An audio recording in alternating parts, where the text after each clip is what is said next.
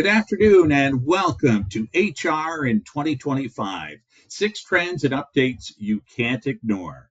Thanks for joining us today. I'm Raleigh Merrill with GTM. In a moment, I'll introduce to you our presenter, Jennifer Berry. But first, feel free to use the questions functionality to ask your questions during today's presentation. If you look towards the upper right of your screen, you'll see a box with a question mark in it. That's where you can go navigate there and ask your question. We'll get to as many questions by the end of the presentation or at the end of the presentation. If we don't get to your particular question, we'll be sure to follow up with you the next day and get you an answer. Also, you'll receive an email later today with a link to watch a video recording and receive a PDF version of today's presentation. Our presenter today is Jennifer Berry, GTM's HR Consultant Practice Leader.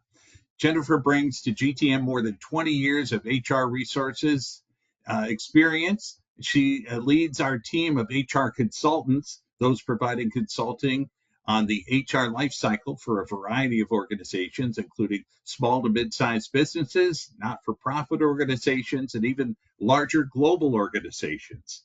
Jen's experience includes advising on mergers and acquisitions, HR project management, HR and benefits compliance, cybersecurity compliance, and more.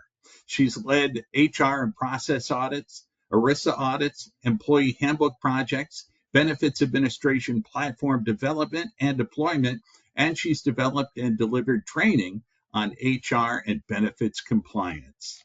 Jennifer's also consulted with clients in all areas of HR, including even leave management, talent acquisition and terminations, benefits enrollment, compliance in ACA, HIPAA, COBRA, state and federal compliance notices. So let's tap into all that knowledge and experience right now as I turn things over to Jennifer Berry. Thank you very much, Raleigh. Thank you for joining us. Today we're going to discuss the 6 HR trends you can't ignore. The world of human resources is evolving at an unprecedented pace, and staying ahead of the latest trends is critical for HR professionals navigating the complexities of today's workforce. HR trends continue to evolve in 2025, shaped by economic conditions, technological advancements, and workplace expectations. That's why these 6 trends matter, and their impact on HR professionals is great. As we discuss some of the HR trends in 2025, we are going to start with a brief discussion of the annual regulatory changes that affect employers' policies and processes. These regulatory changes cannot be ignored, and many employers need to take action to update their employee handbooks and to communicate these changes to employees if they haven't done so already. Although not technically a trend, these updates are absolutely things that employers in the state should not ignore. Like most years, New York State, as well as many other states, impose various changes to employment laws, including wage and hour and paid leave laws, which will require employers to review internal policies and practices. Employers with employees in New York should stay informed of the latest labor and employment laws and regulations that were rolled out this year.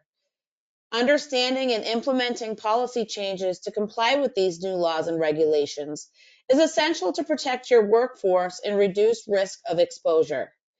Today, we will discuss a few more important changes, including minimum wage increase, overtime exemption salary increase, paid prenatal leave, paid lactation breaks, the sunsetting of COVID-19 paid sick leave, the New York Clean Slate Act, New York Retail Worker Safety Act, and workers' compensation law. So let's get started. Regarding pay updates, New York has continued to increase the minimum wage across the state each year. Effective January 1st, 2025, that minimum wage has increased to $15.50 per hour for most of New York State. For employees in New York City, Long Island, and Westchester County, the minimum wage has increased to $16.50 per hour. Because this is an expected annual increase, employers should plan for the expected increase to $16 per hour for the majority of New York workers and $17 an hour for New York City, Long Island, and Westchester County workers for next year. Put this on your radar and be sure to add this to your policies and communicate it to your employees. Please note that separate minimums apply to tip service workers in the hospitality industry, tip food service workers, and some home health care workers. Next, in order to qualify as an exempt employee, and we all know how important employee classification can be, workers have to meet certain duties requirements, as well as be paid by salary and at a minimum exempt salary amount. Please note that New York State has imposed a higher exempt salary amount than the federal law requires. Employees who work in an executive or administrative capacity must meet these established state minimum salary thresholds set by state regulations in order to qualify as exempt. For most of the state, the 2025 minimum salary threshold is a little over $1,100 per week, which is above $60,000 per year. However, please note that New York City, Long Island, and Westchester has a higher amount, which is above $1,200 a week and at about $64,000 per year.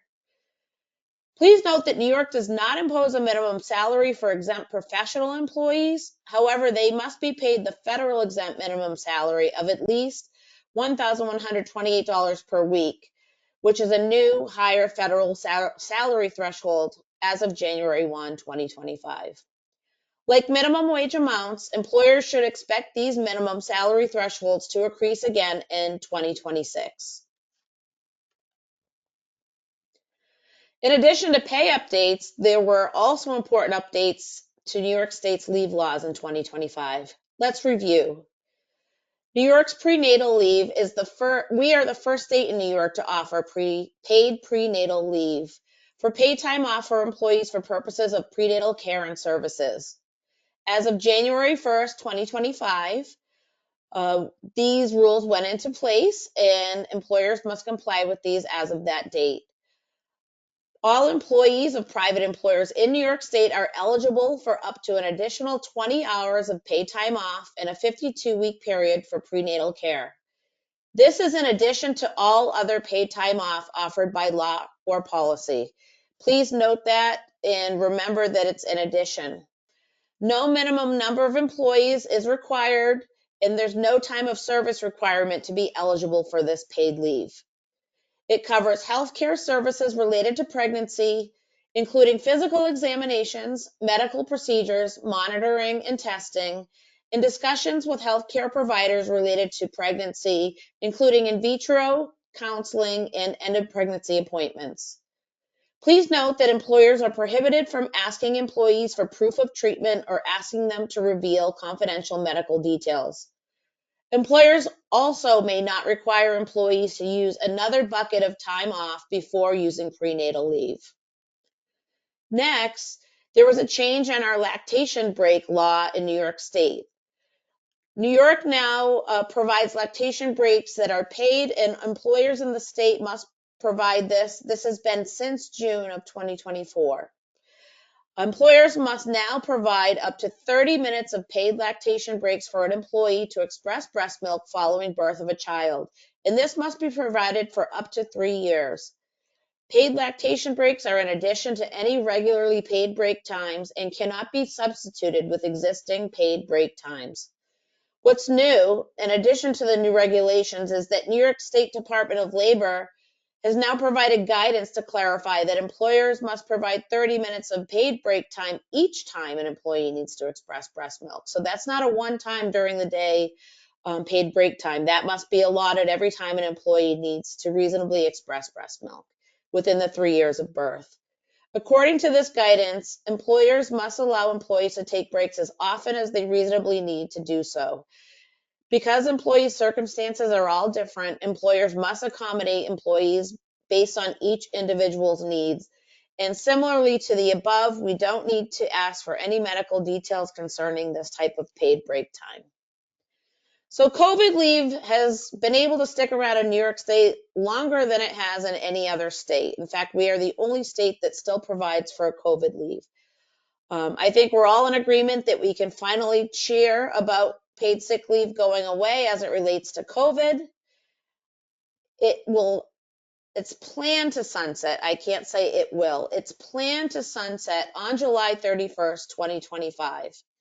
Employees may still use other qualifying leave, however, for COVID-19 related reasons after this law expires. Please note that any request for this paid leave for qualifying reasons must be granted up until it has officially expired. There have been other regulatory updates besides pay and leave. First, the New York Clean Slate Act, which became effective in November of 2024, restricts an employer's use of criminal conviction information in making hiring decisions. It is intended to increase employment opportunities for individuals with criminal convictions. The Clean Slate Act prohibits employers from inquiring about automatically sealed convictions and making adverse employment decisions based on automatically sealed convictions. The Act automatically seals conviction records after a certain amount of time has passed since the individual's release from prison or the imposition of sentence if there was no incarceration, provided the individual has not reoffended. If conditions of the Act are met, misdemeanor convictions are sealed after 3 years and felony convictions after 8 years. Some serious crimes like murder, sex crimes, and sexually violent offenses are exempt from being automatically sealed. Also, employers conducting legal background checks need to double check with their background check provider to make sure that they are not looking at these sealed convictions and advising about them in their background check reports. Next, effective March 3rd, 2025, employers with at least 10 employees working at a retail store must implement a written workplace violence prevention policy and conduct employee training. The policy must include factors that place retail employees at risk, methods employers may use to prevent workplace violence, information concerning federal, state, and local statutory provisions concerning violence against retail employees and remedies available to victims, and a statement that retaliation against individuals who complain of the workplace violence in any way is unlawful. The training must include, among other things, active shooter drills, emergency procedures, and protection measures. Further guidance is expected from the Department of Labor before it goes into effect. Just as an update, because we are in March, I have yet to see that guidance, but we will hopefully be hearing about that soon.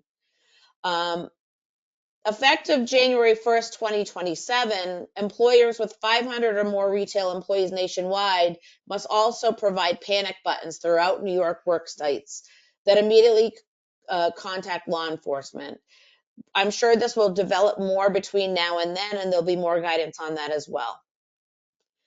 Workers' Compensation Act has been amended effective January 1st, 2025 to permit any worker to file a workers' comp claim for mental injury based upon extraordinary work-related stress that the employee incurs. The degree and type of stress suffered will be the focus of these claims. It will need to rise to the level of extraordinary stress. The governor has stated that some amendments to the new law will be necessary to better define the kind of mental injury that will be covered. And that guidance has not been released yet, so keep your eyes out for that. In addition to the regulations that have been finalized, there will be additional new and emerging regulations yet to come. We expect many of these to come about in late 2025 or early 2026. For example, AI in hiring, and we're going to get into a lot of AI as part of this presentation, but specifically disclosure requirements, bias prevention, and data security. Guidance will come about that will help us as we use AI as part of our HR policies and procedures, specifically as it relates to providing transparency required in algorithm-driven decisions. There'll be more regulations about remote workers and the tax implications and pay implications. Right now, it's hard to determine what to pay employees and how often and what benefits and leave requirements we must provide remote and hybrid employees. More guidelines are expected in this area. And finally, data privacy regulations. Due to the increase in use of AI, and its unregulated nature, data privacy laws will need to be updated to include the use of AI applications and solutions. New guidelines will have to discuss the impact it will have on existing AI technologies and how it interacts with state mandated employee monitoring and other data laws. So that's just a quick hit on all of the changing regulatory environment that's happening in New York State. And if you are cross state or have employees in any other states, please be advised to look for similar regulations in some of those states. Next, on to AI and automation in HR. Our next trend is now becoming mainstream in HR. AI and automation are increasingly being used in human resources to enhance efficiency and decision making. In today's competitive world, HR is no longer seen as a support function. It is now a strategic partner and is required to go from instinct driven to data driven. AI driven tools are transforming HR functions like recruiting, performance management, and employee engagement. But there are legalities to contend with, especially with recruiting and hiring. HR teams are developing guidelines for ethical AI usage in hiring and performance evaluations. So let's get on to talking more about this. AI seems to be the answer to the necessary changes to the HR function. HR can leverage AI and automation technologies to help drive efficiency, general insights, enhance employee experience, and deliver business results. As we stated, AI driven and automation tools are transforming HR functions like recruiting, performance management, and employee engagement. AI and automation are already shaping HR functions. For recruitment, it's already being used to do resume screening, helping to identify likely candidates. Chatbots and AI assistants help streamline hiring and onboarding. Workforce analytics and AI powered data are helping to improve decision making, providing other solutions that were not yet available. Performance tracking, it analyzes diverse metrics, providing feedback and predicting future trends, removing bias. And employee engagement, supporting through virtual assistants and instant feedback and recognition. There are many opportunities presented by utilizing AI and automation in your HR function. Some of these we will dive into more later in the presentation. For example, by automating repetitive HR tasks, you improve efficiency and productivity. You can also create templates and streamline processes so it takes less time and fewer people to accomplish HR goals. Utilizing AI and automation for the full life cycle of employment alleviates time-consuming onboarding, completion of paperwork, filing of paperwork, updating demographic information, and setting up employees to be paid and enroll in benefits. AI and automation do not necessarily replace HR as was previously feared. However, it does help reduce costs and use the time of your HR professionals for more strategic endeavors. Using tools for employee engagement and performance management streamlines these processes and boosts engagement. It also helps align performance management and engagement with company objectives, while also tracking performance. It also allows for ongoing performance management and engagement by providing regular feedback while tracking progresses. With data comes a plan. Knowing where you are and where you need to get in order to meet strategic, revenue, or other goals, AI will help lead us to a better overall workforce planning. Although AI is very helpful, there are some challenges and risks of using AI and automation. And really, it is a huge dilemma, completely relying on AI and automation. There are certainly challenges. Some of the key AI HR challenges include data quality issues, algorithmic bias, job displacement, lack of transparency, and regulatory and compliance. There are ethical and privacy concerns as well. HR departments must comply with data protection laws, including HIPAA, state privacy acts, and other general data protection regulations. Compliance is important from both a legal perspective, but also critical for maintaining trust with employees and stakeholders. Non-compliance can also lead to financial and reputational risk. In fact, the EEOC warns that AI tools may be discriminatory. Regularly audit your AI-driven technologies that you're currently using and look for those guidelines that will be coming out. um, to avoid some of these current issues and challenges. Transparency is the most important when dealing with data. That is why companies are fine tuning ethical AI policies and ensuring AI driven hiring and other HR processes remain unbiased by using a combination of AI with human oversight. There is a way that HR leaders can adopt AI responsibly while maintaining compliance. Most importantly, HR leaders should develop policies around their use of AI and other technologies and be transparent with employees and candidates. These policies should cover how AI can be used in human resources and what you are using it for, when not to use AI, and when that human oversight really needs to take charge. Confirming human oversight of all HR decisions remains a priority, and maintaining compliance and making sure that you're following guidelines once they're released. So, one of our next trends, which has been a topic of great interest since the pandemic, is regarding remote and hybrid work.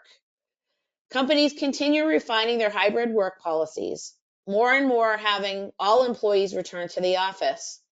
For those with remote and or hybrid workforces, managing remote team engagement, performance, and well-being are priorities. If you do have remote and or hybrid employees, one of the biggest pitfalls is making sure you are paying them the correct pay and providing the right benefits based on where they're working and their home locations if completely remote. This can become very tricky, and we'll get into that a little bit further. In today's evolving business environment, work models are changing. Traditional office setups no longer meet modern employee expectations. Hybrid and remote work arrangements are now required to be part of the conversation. However, with these modern arrangements come other considerations related to working remotely, even only part of the time.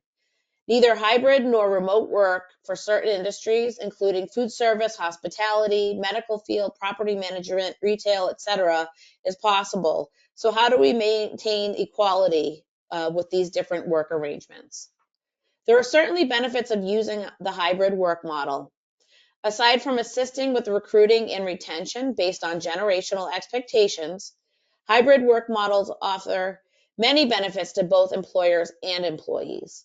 These include benefits of improved engagement and job satisfaction, more focus and productivity, and flexible compensation.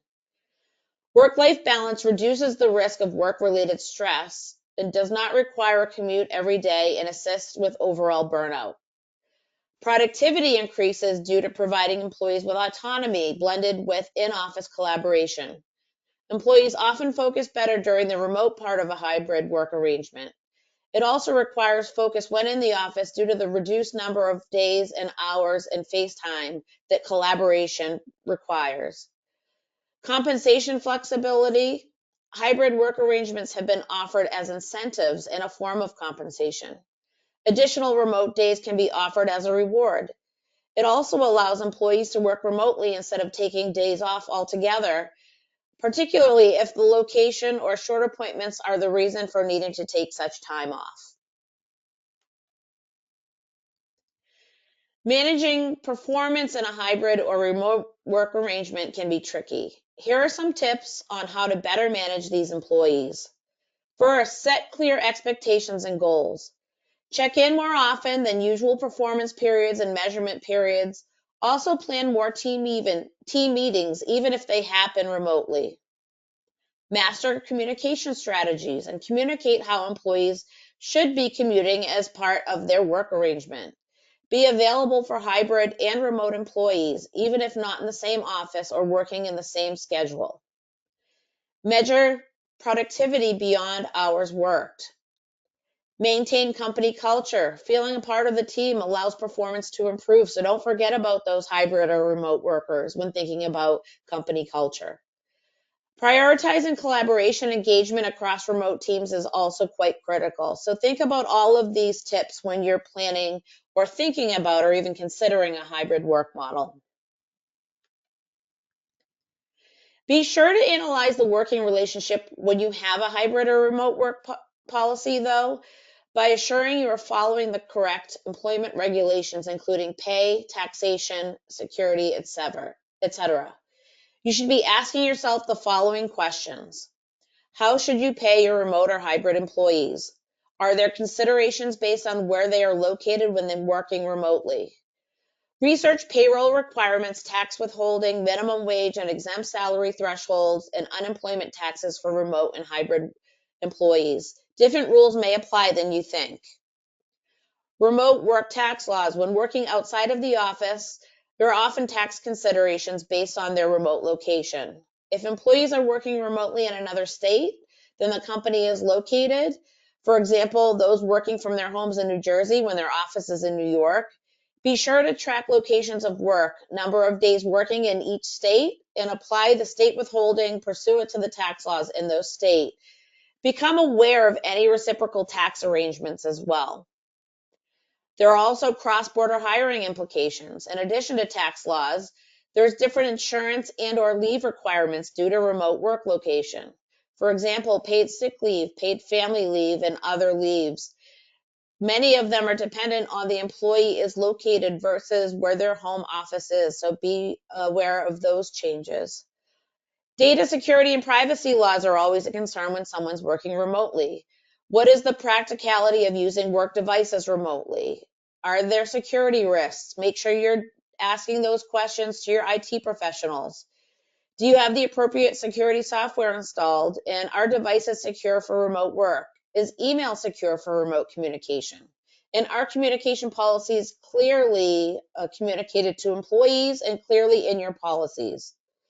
Finally, occupational health and safety for remote workers. There are questions about, are employees working safely when they're not in your line of sight? How can you assure they are working safely when not on site? And are there additional workers' comp considerations? Please consider all of these when putting together or considering a remote or hybrid work policy. There are clearly some takeaways if you plan to utilize a hybrid or remote work arrangement with your employees. First and foremost, you should create a strategy for hybrid work success by establishing clear policies, communicating engagement and collaboration expectations, and remaining compliance based on work location. So on to our next topic, skills-based hiring and internal talent mobility. Skill-based hiring is replacing traditional degree requirements for many roles. Companies are investing in reskilling and upskilling programs in addition to that to address skill gaps. Both skills-based hiring and internal mobility can benefit from the idea that your top talent should be evaluated based on their skills and abilities, not just an evaluation based on a resume. Skills-based hiring and promoting uses data and creativity to fill positions. Ensuring you're evaluating internal candidates fairly for lateral moves or promotions and making decisions that benefit individuals and teams as a whole is another piece to creating a positive hiring experience. How to prevent voluntary turnover. Engage current employees in hopes of retaining them. Knowing they are seen and there is a way for them to move up in your organization makes employees want to stay. In addition, resume items like schools, titles, and workplaces don't necessarily always predict future success.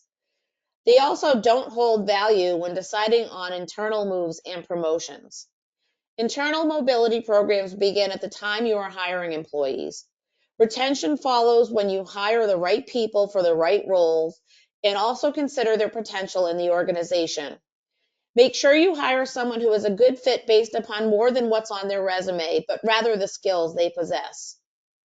Employers can evaluate for purposes of skill-based hiring and mobility by using technology and AI to help evaluate skills. Many AI solutions are specifically designed to evaluate skills and competencies. Starting at the hiring process with structured interviews and assessments to measure key skills help make a good start and lead to longer lasting employees. Although it is good to start your assessment of the employee's mobility potential upon hire, you can quickly assess their agility by looking at how they problem solve, adapt, and work with people, how they communicate and motivate, their drive for results, and what I think is the most important factor, whether they are willing to learn and are open to different experiences. As we noted, it is always better to assess new employees for their ability to move within the organization, because many employers already realize that. Some have already started reskilling and upskilling programs to get their employees ready for their next position within the organization. This works hand in hand with succession planning as well as assists in reducing turnover. Employees realize when you're investing in them and are willing to give more when employee gives more. It's important that your employees know about the opportunities they may have internally. Be clear that internal talent matters and the organization prefers to promote and train within. Don't just stop at your current employees. If there are former employees who are worth rehiring due to their experience, you should consider doing so. These boomerang employees require less onboarding, training, and usually can bring tremendous value to the organization based on their skills and experience. HR teams are building alumni networks to maintain relationships with past high performers and to also utilize them for their referrals and recommendations. So here's what you can do. Implement skills-based hiring practices and build strong internal mobility programs. Once you make the investment in employees, you will create a valuable and dedicated pool of candidates for other internal opportunities. And plan to foster relationships with alumni for either boomerang employment and or referrals. As we've discussed previously, AI is a big piece of what we're doing now in HR, and people analytics is becoming critical to workforce planning and retention. Predictive analytics help HR identify attrition risks and improve employee engagement. AI-driven tools personalize employee experiences. When incorporating data into the HR function, it's important to adopt workforce analytics that will lead your organization to success and to avoid wasting time on data that will not move the needle for your workforce planning. Data analytics are only as powerful as the team. Employers need to include input from many parts of the organization, including their recruiters, HR leaders, their budget and finance professionals, and IT, to establish the best group to gather and interpret the data. Collecting the right data is critical. What are the demographics of the current workforce? How many people work in each position? Where are positions located? What are the pay rates of current employees? What are attrition risks? How successful has recruitment been? How are you targeting candidates? What processes could be done more efficiently? And what are the organization's strategic objectives? Compare internal data with what is happening outside the organization. For example, labor market data, pay data, supply and demand for certain occupations, etc. Putting the HR data in action. Use the data to actually develop a workforce plan to fill the gaps between current and future hiring needs. Predictive analytics in HR is the future of workforce management. It helps highlight your workforce's challenges and opportunities to plan HR programs and activities that meet your people's needs and make the best strategic use of the workforce. Predictive analytics uses data to predict future workforce outcomes, employee behaviors, or trends. Predictive analytics help HR identify attrition risks and improve employee engagement. For example, with the right performance data, you can use predictive analytics to forecast future performance problems and develop targeted training for managers and employees to address concerns before or as they happen. It also allows employers to use data analytics and modeling to forecast future outcomes that affect HR.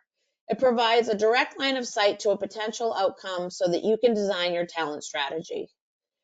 It also helps HR make informed decisions related to hiring, training, retention, and other HR activities.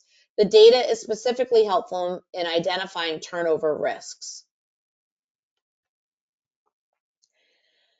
AI-powered personalization creates learning innovation. It is extremely helpful when dealing with performance management and employee training. Think about how certain apps can capture an individual's taste or interest. For example, how does Spotify know which music to recommend and or play? How do your social media platforms know which advertisements to show you? Although an employer is unlikely to be able to make personalization as specific as some of those apps, it surely can use AI powered personalization to assist with performance evaluation and professional development. It helps to identify patterns, form predictions, and identify learning paths to suit your organization and employee needs. The important part is it helps identify individual characteristics, behaviors, and motivations. It helps tailor learning experiences to what best suits the employee's learning style and personal needs. Earlier, we talked about some of the legal and compliance considerations of utilizing AI as part of your HR organization, but there may also be some ethical concerns as well. AI driven tools in HR, as we continue to mention, promise efficiency and objectivity, but also raise concerns about fairness, transparency, and respect for employees. May also reinforce biases or create surveillance oriented cultures. And although it's meant to promote employee engagement, AI can influence organizational culture, affecting employee trust, job satisfaction, and the role of human judgment in HR decisions. While AI can enhance operational efficiency, it is critical for organizations to implement ethical guidelines and safeguard measures to ensure these technologies support rather than undermine positive job performance and a healthy organizational structure. Organizations should implement ethical oversight and balanced approaches, which is a combination of human and AI, in HR practices, with the goal to foster both innovation and responsibility.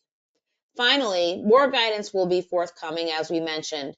Keep your eyes out for this area of compliance and regularly monitor your own use to maintain compliance.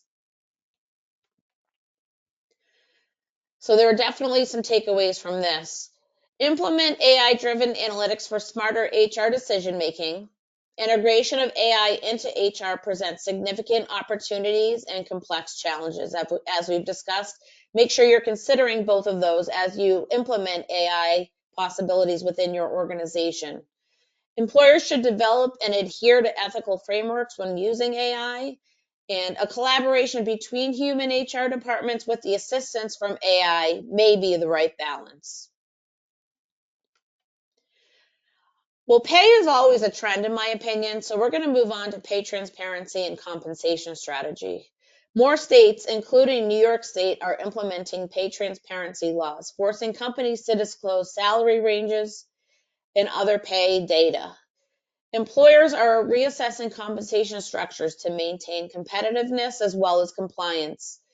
New legal requirements, along with a difficult recruiting environment, provides additional challenges for employers. As of September 2023, New York's pay transparency law requires employers with four or more employees to provide job descriptions and a list of compensation ranges for job postings, promotions, and transfers. Employers must also clearly state if a position is commission based. Finally, the law prohibits employers from retaliating against employees or applicants who request this information. These laws underscore the state's commitment to addressing wage disparities and promoting transparency in compensation practices across the state. It ensures that both employees and applicants have access to vital compensation information and empowers them to make informed decisions about their careers. These expanding laws, and believe me, they're also happening in other states. Close to another 10 have these same laws or similar laws, and another 15 are currently considering finalizing those laws. They all requiring employers to post salary ranges and prohibit questions about salary history, um, offering more pay transparency and creating challenge for employers while also providing an opportunity for leaders. The benefits and challenges of pay transparency, and this list is purposely listed this way to reflect both the positive and negative aspects of pay transparency. Compliance challenges and employer obligations. Reduces issues related to disparate pay biased on protected characteristics. May not provide the data expected, with employers often posting excessively wide pay ranges. Publicizing pay ranges may low paying employer reputations and may affect their ability to recruit, specifically nonprofits and industry specific employment opportunities may not be able to compete with other things that are out there. And it creates positive culture. It establishes fairness and creates trust. So there's a constant push and pull with this pay transparency law. It really does somewhat hinder an employer from the type of recruiting policy that they traditionally would impose, but it creates a lot of fairness for those candidates and those employees who this information is being provided to. In addition to pay transparency, there are a number of other trends that impact how we pay our employees. Adjusting pay for remote and hybrid employees. As I mentioned earlier, please make sure you're looking into where your employees are working and if they have to meet different pay requirements because of that location. Competitive pay strategies and skills-based economy. Variable pay and equity-based compensation are increasing. And wage growth is stabilizing, but companies are shifting towards skill-based compensation models. It is important to be clear about what your pay policies are, communicating those to your employees.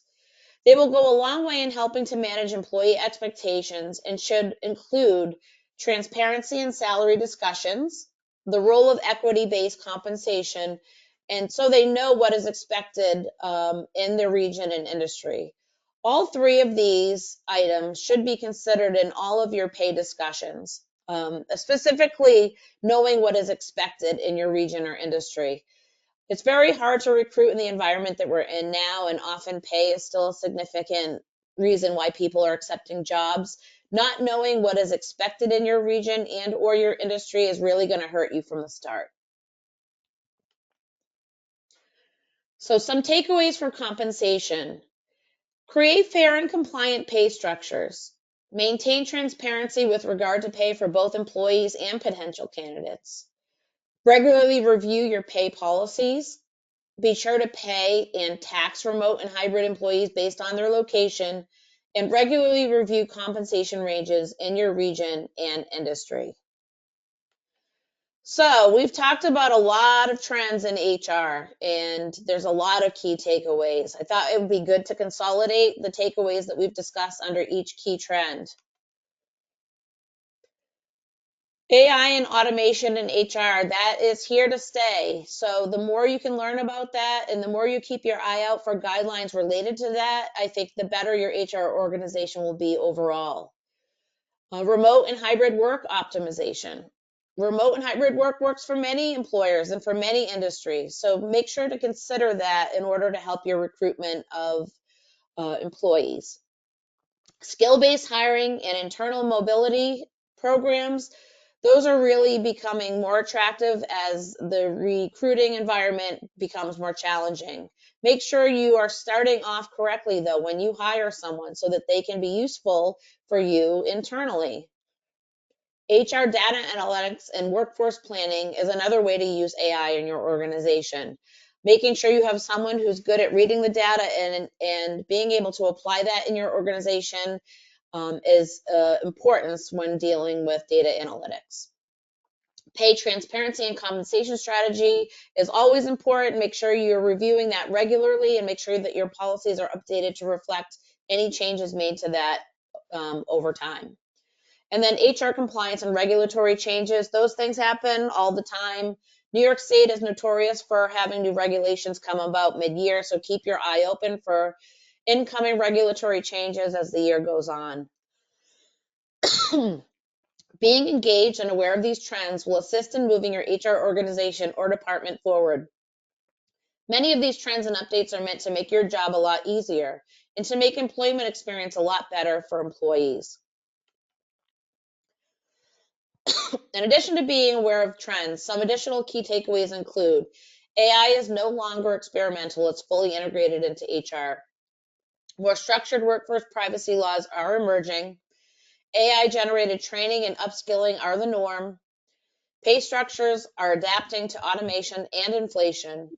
And boomerang employees are a key hiring strategy. Thank you for joining us. I will now turn it over to Raleigh. All right, Jennifer, thank you for that highly informative presentation today. Attendees, we're going to get to your questions in just a moment, but first I want to take a quick moment to mention an HR service from GTM that can help you stay on top of the HR trends that Jennifer was just discussing today. And that service is a GTM HR audit conducted by one of our GTM certified HR consultants. A GTM HR audit is a risk management prevention tool that completes a comprehensive review of your human resources policies, practices, procedures, and systems. This audit identifies improvement areas and ensures compliance with legal and regulatory requirements. It is an objective examination designed to identify and remedy possible exposure. Put simply, we fully assess your HR processes and policies with that HR audit, and then any findings can be remedied with the assistance of the GTM HR team. All right, it's time now to move along to your questions. And during the sign up process, we asked for your HR challenges in 2025. So let's explore some of those challenges that many of you have mentioned. And Jen will provide some guidance on how to tackle these challenges. And well, just kind of a lightning round here. Here's a topic: keeping track of all leaves. Jen, what advice do you have for people who want to organize and keep track of leave time? Well, it's always a challenge, and as we discussed in today's program, there's always new leaves to contend with. So we understand the challenge of that. It's specifically challenging if you are multi-state because you have to contend with competing regulations at time for each state that you're operating in. Um, you really need to make sure you have someone who's aware of all the leave laws. Make sure you are tracking leave. Many of them run at the same time. Many of them apply to the same reason for leave.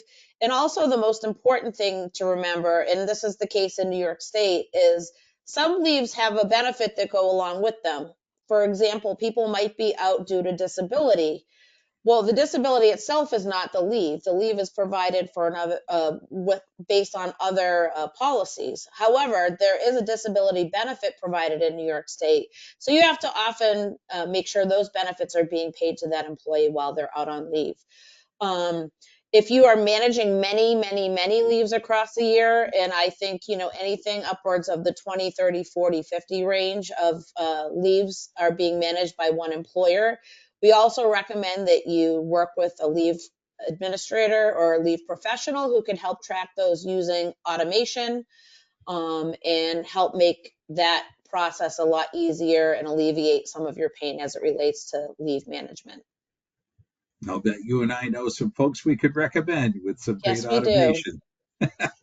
Awesome. All right, let's talk a little bit about recruitment and retention and finding good fits for positions that a company or organization may have open. Some last minute advice here. Right. Well, it is a very challenging recruiting environment. The expectations of the multiple generations that are out there looking for jobs are completely different. So it's hard to target certain people for certain jobs. So we understand that. Being creative with what you're offering regarding compensation, whether that being benefits, whether that be offering hybrid work models, whether that be offering different rewards, all of that helps when recruiting. It isn't always just the job or the pay that is the highlight for the candidate, but really knowing the data out there as well, knowing what you should be paying. Make sure you're looking into what those pay ranges are in your region and your industry are very important for finding the right fit. And I think really looking internally, as we discussed today, is probably going to benefit many employers who may not have considered that previously. Even using employee referrals has become much more helpful than posting um, job postings out on the internet. So those are my recommendations. All right, let's talk a little bit about staff engagement, engaging with your employees. What are the things that an HR consultant can help with? What are things that can be done within the company's HR practices that can help engage with employees? So employee engagement is always important, at least to employer culture. But the question is, do you know what your staff engagement is, or what their morale or outlook or expectations are? We always recommend an engagement survey with employees to at least have a starting point. You may find out that your employees are just fine and they're busy working and the morale is great. You may find out that the employees actually are very dissatisfied with their workplace, with the people they're working with the work they're doing. So we always recommend an engagement survey to start off. But making sure that you're communicating regularly with employees always helps with staff engagement. Many people, managers, only reach out to employees when there's a problem. They only focus on them when there's a problem, and they only evaluate how they're working and what they're working, what their challenges are once a year if they do annual evaluations. I think consistent and regular communication and discussing their engagement with work and their outlook and their morale are specifically important to make any movement in this area.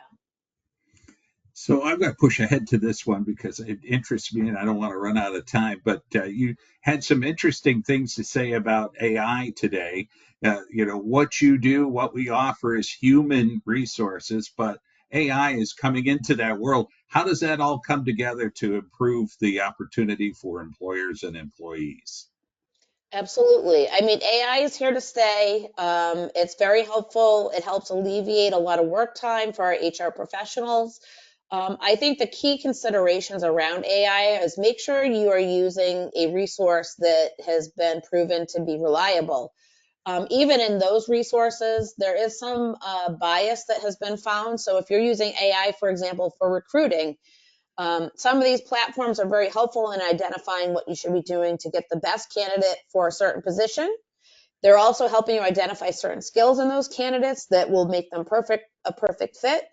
But there are some unconscious biases, and I know this is a technology. I know this is not a human person, but there are biases built into these programs. So that's why it's important to balance that with the human aspect. I don't think using AI alone will ever be the most efficient use of that technology. I think coupling AI, especially when it comes to data analytics and matching, I think is probably most helpful. But having that human interaction and human support and human interpretation of what that AI is stating is the most important part of that combination. One more question. Someone asked about their team being 100% remote, most of them out of state.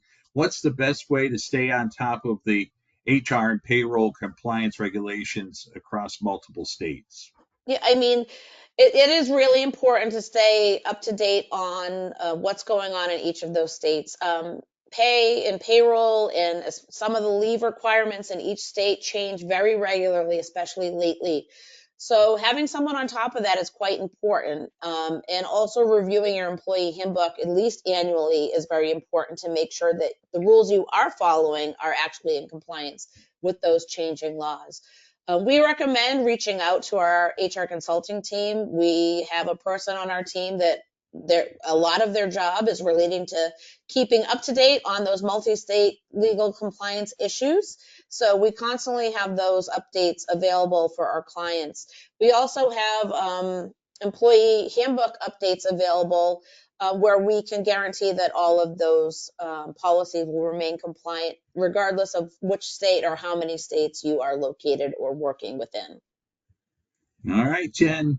That's all the time we have for questions today. Thank you again, Jen, for sharing all your expertise and knowledge with us today. Attendees, if you have additional questions about HR strategies in 2025, feel free to contact Jen directly.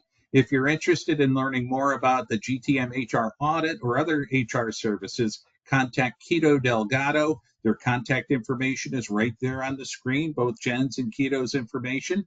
We thank you all for joining us. Be sure to look out for that email today that has the link to the video recording of this presentation as well as a PDF version of today's presentation. Have a great day.